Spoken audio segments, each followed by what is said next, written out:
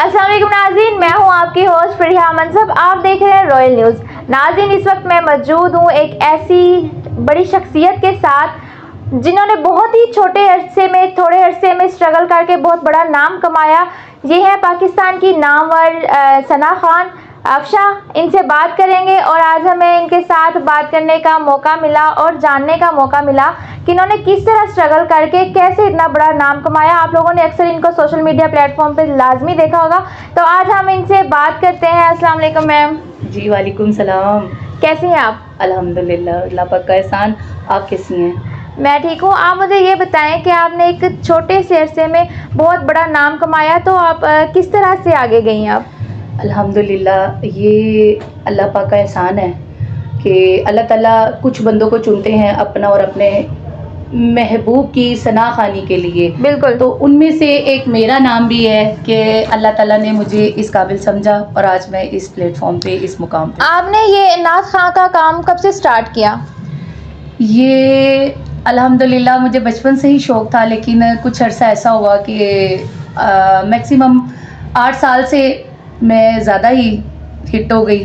अल्लाह का एहसान है। और सबसे बड़ी बात है कि ये शौक़ और लगन की बात है। बिल्कुल। तो ये मेरा शौक़ और मेरा जज्बा था जो मैं अल्लाह ने मेरा पूरा कर दिया। बिल्कुल। आप मुझे बताएंगे कि आपके उस्ताद मोहतरम कौन है? देखिए, ये सबसे बड़ा उस्ताद आप अपना खुद है। बिल्कुल। इश्क और मोहब्बत की बात है, ये लगन की बात है। और मेरा मानना है कि सबसे बड़ा उस्ताद मेरे अंदर ही मौजूद है और मेरे अल्लाह ताला और मेरे आका करीम, जिन्होंने मुझे इस काबिल समझा, चुना और आज मैं इस मुकाम पे हूँ। आप हमें कुछ सुनाएंगी? जी जी, मैं ज़रूर। अल्हम्दुलिल्लाह, जैसे कि ये माह रमज़ान का महीना है। बिल्कुल। तो अल्लाह पाक इस प्यारे महीने में हम सबको बाद उम्रे की सादतें नसीब फरमाएं। आमीन सुम्मा आमीन। मदीने से बुलावा रहा है, मदीने से बुलावा रहा है, मदीने से बुलावा रहा है, मेरा दिल मुझसे पहले जा रहा है, मेरा दिल मुझसे पहले जा रहा है।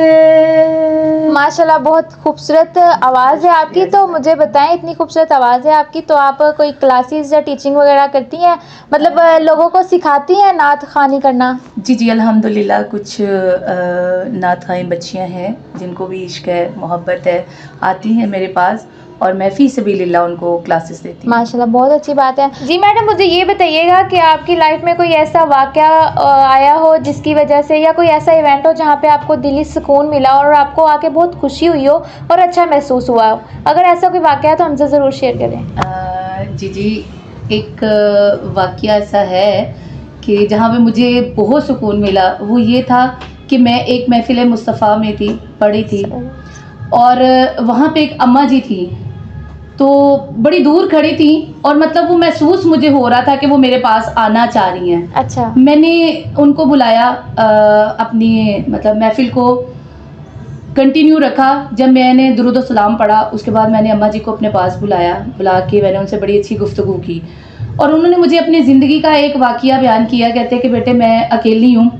मेरे घर में कोई भी नहीं है, मेरे बेटी हैं, वो अपने घर की है, बेटे 2 हैं, वो मुझे छोड़ के चले गए हैं। तो आज मैं यहाँ से गुज़र रही थी तो आपकी आवाज़ मेरी कानों में आई, तो मैंने कहा कि हजूर की महफ़िल है तो मैं भी शिरकत करूँ। तो यहाँ पे आके आपका मिलाद सुन के मुझे बड़ी खुशी हुई है। मुझे ऐसा लगा जैसे मेरे कुछ गम कम हो गए हैं। और हमारे आका सरकार की जो भी नात सुनता है तो वो वाकई ही अपने गम को बुला देता है। बिल्कुल ऐसे इश्क है, लगन है, गमखार है हमारे वो। तो मैंने उनसे वादा किया कि मैं उनके घर में ज़रूर जाऊंगी। जब मैं उनके घर में गई तो उनकी माली कंडीशन, उनके घर के हालात देख के और मैंने देखा, और उन्होंने मेरे लिए स्पेशली अपने हाथों से चाय बनाई, उनके साथ मैंने बहुत टाइम स्पेंड किया और ये मेरी ज़िंदगी जब से मतलब मैं इस फील्ड में हूँ तब से लेके आज तक, ये वाक़या आज तक नहीं मैं भूलती कि मैं उनके साथ जो टाइम स्पेंड किया, मुझे उस टाइम में बहुत सुकून मिला। क्योंकि उनकी मोहब्बत- क्योंकि ये ऐसे लोग हैं जी, जी। जिनके दिल में कोई मुनाफकत नहीं होती, जी, दिल बिल्कुल से ऐसे मोहब्बत ही, करने वाले। ऐसे जब ही, ऐसे लोग ऐसे ही। मिलते हैं तो ज़ाहिर है दिल से सुकून और खुशी मिलती है। तो मैडम मैं एक बिल्कुल बात ऐसे और ही। पूछना चाहूँगी कि जैसा कि पेरेंट्स अक्सर सिंगर हूँ या एक्टर हूँ तो उनकी औलाद भी वैसे ही होती है, बिल्कुल। तो आप मुझे बताएं कि आपकी बेटी या बेटों में से कोई ऐसा है जो आपकी पैरवी कर रहा हो, आपको फॉलो कर रहा हो? जी जी बिल्कुल ऐसे ही है। मेरी बेटी मेरे साथ होती है अल्हम्दुलिल्लाह। सोशल मीडिया पे जितने भी मेरे कलाम है या मेरे महफिलें हैं, सब जो है ना वो कलामों में मेरे साथ मेरा भरपूर साथ माशाल्लाह। देती है। तो आप जैसे कि रमज़ान मुबारक है, हम सबको पता है, तो इस हवाले से आप कुछ मुसलमानों को कहना चाहेंगे?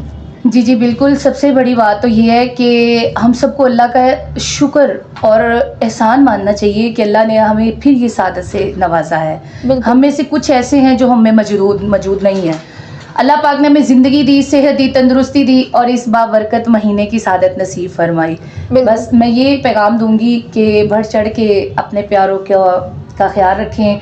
और देखें, हमारे बड़े कहते होते थे कि पहले ख्वाहिशा बाद दरवेशा। अपने इर्द गिर्द को देखें, अपने रिश्तेदारों में से देखें कि मैं ये इसलिए कहना चाह रही हूँ कि मैंने कुछ लोगों को देखा है जो सफ़ेद पोश हैं।